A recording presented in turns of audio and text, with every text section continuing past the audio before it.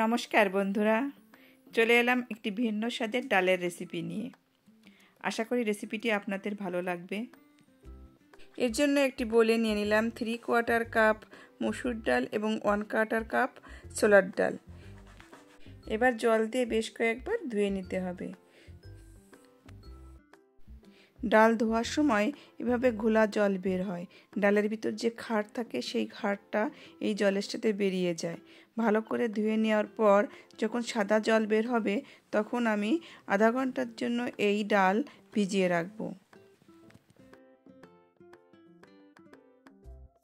আধা ঘন্টা ভিজিয়ে রাখার পর ডাল আমি আরও একবার পরিষ্কার করে ধুয়ে এবার প্রেসার কুকারে নিয়ে নিলাম।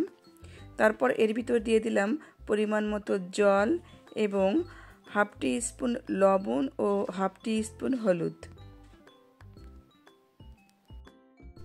এবার ঢাকনা দিয়ে ঢেকে আমি মিডিয়াম ফ্লেমে 2টি সিটি দিয়ে নেব।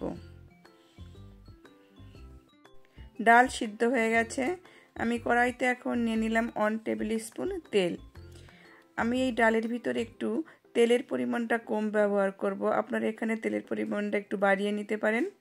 এবার দিয়ে দিলাম হাফ টি স্পুন জিরা এবং 2টি শুকনো লঙ্কা। সামান্য ভেজে নেওয়ার পর এর ভিতরে অ্যাড করব আমি 2 টেবিল স্পুনের মতো পেঁয়াজ আমি ততক্ষণ পর্যন্ত ভাজবো যতক্ষণ না এর কালারটা হালকা ব্রাউন কালার না হয়।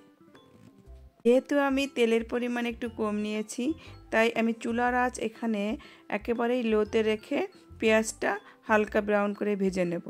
এখন দিয়ে দেব চপ টমেটো। আমি এখানে একটি মাঝারি সাইজের টমেটো চপ করে নিয়েছি। তারপর দিয়ে দিলাম স্বাদমতো লবণ দিলে টমেটো খুব তাড়াতাড়ি সফট হয়ে আসে।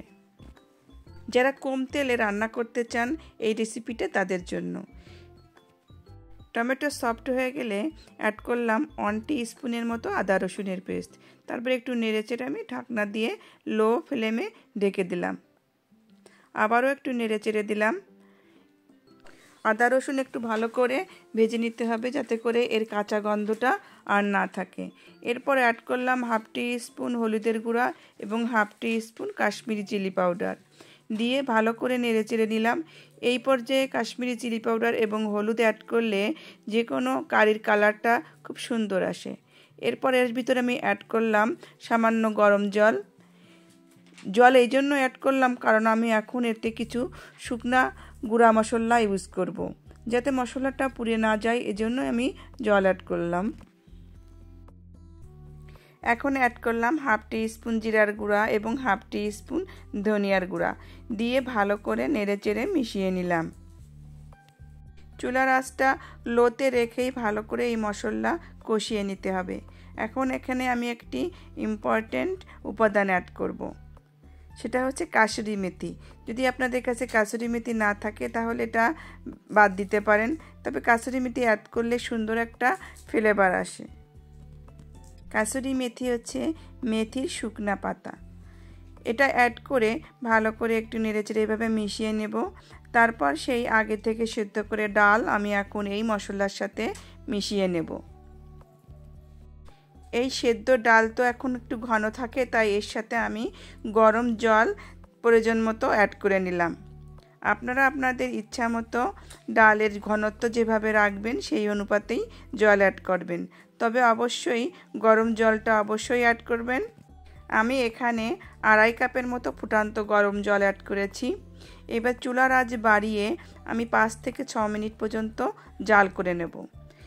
এর মধ্যে আমি অ্যাড করেছি হাফ টি স্পুনের মতো সুগার দিয়ে ভালো করে নেড়েচেড়ে মিশিয়ে নিলাম। ঢাকনা দিয়ে ঢেকে আমি 5-6 মিনিট রান্না করে নেব হাই হিটে। এখন অ্যাড করে দিলাম এর ভিতর আমি 4 থেকে 5টি কাঁচা লঙ্কা, এতে ফ্লেভারটা খুব সুন্দর আসে। এখন অ্যাড করলাম হাফ টি স্পুনের মতো ভাজা জিরার গুঁড়া।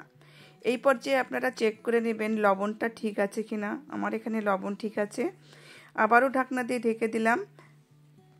5 মিনিট জাল করে নেওয়ার পর আমি এর ভিতরে এখন অ্যাড করে দিলাম কুচানো ধনেপাতা। নেড়েচেড়ে এখন ভালো করে মিশিয়ে নিলাম। এভাবেও আপনারা ডালটা পরিবেশন করতে পারেন। তবে আমি এই ডালের ভিতরে এখন একটা তড়কা অ্যাড করব। এই তড়কা দেওয়ার জন্য আমি একটি ফ্রাই প্যানে নিয়ে নিলাম হাফ টিস্পুনের মতো ঘি, 2টা শুকনো লঙ্কা এবং 1 টেবিল স্পুন পেঁয়াজ।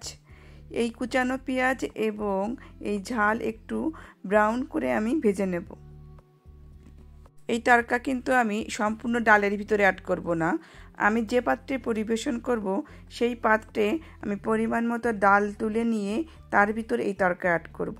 শারীরিক কন্ডিশন অনুযায়ী আপনারা ঘি না ইউজ করে সামান্য তেলও ইউজ করতে পারেন, এমনকি এই তড়কাটাও আপনারা অ্যাভয়েড করতে পারেন। আশা করি রেসিপিটি আপনাদের ভালো লেগেছে। যদি ভালো লেগে থাকে তবে লাইক এবং শেয়ার দিয়ে আমার পাশে থাকবেন।